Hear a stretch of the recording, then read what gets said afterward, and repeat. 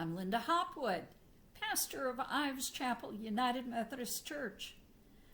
I'd like to continue our consideration of fasting as a spiritual practice, because even though it's not a common practice within many Protestant churches, I think it's a practice from which we can learn a lot.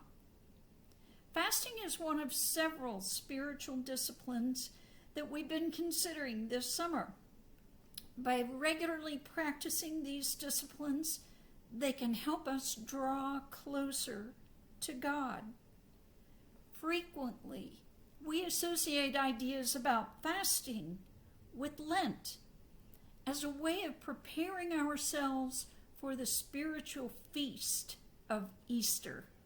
We often give up or fast something during the season of Lent. When we consider fasting, we need to be careful that we don't turn it into a way of doing something for ourselves. If I give up chocolate for Lent because I might lose a few pounds, that doesn't really represent a spiritual fast centered on God. Any fasting that we do should be for the purpose of centering ourselves on God, and we should always ask for God's help.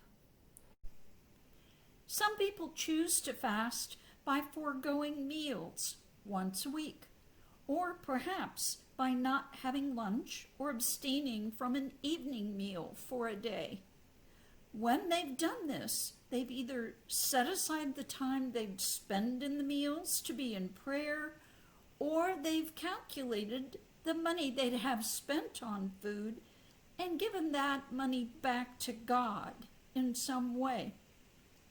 People also have practiced fasting by giving up time spent on social media or time spent watching favorite television programs.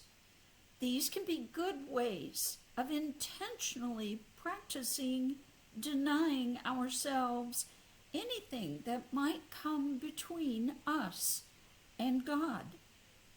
A good way to explore whether there's something you might consider fasting from is to ask yourself what you might do to excess.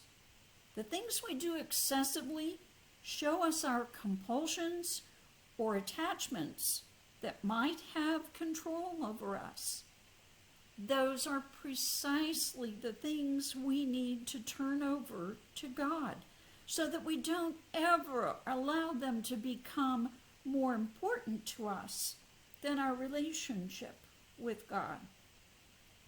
Fasting isn't a discipline that gives us greater control over our lives.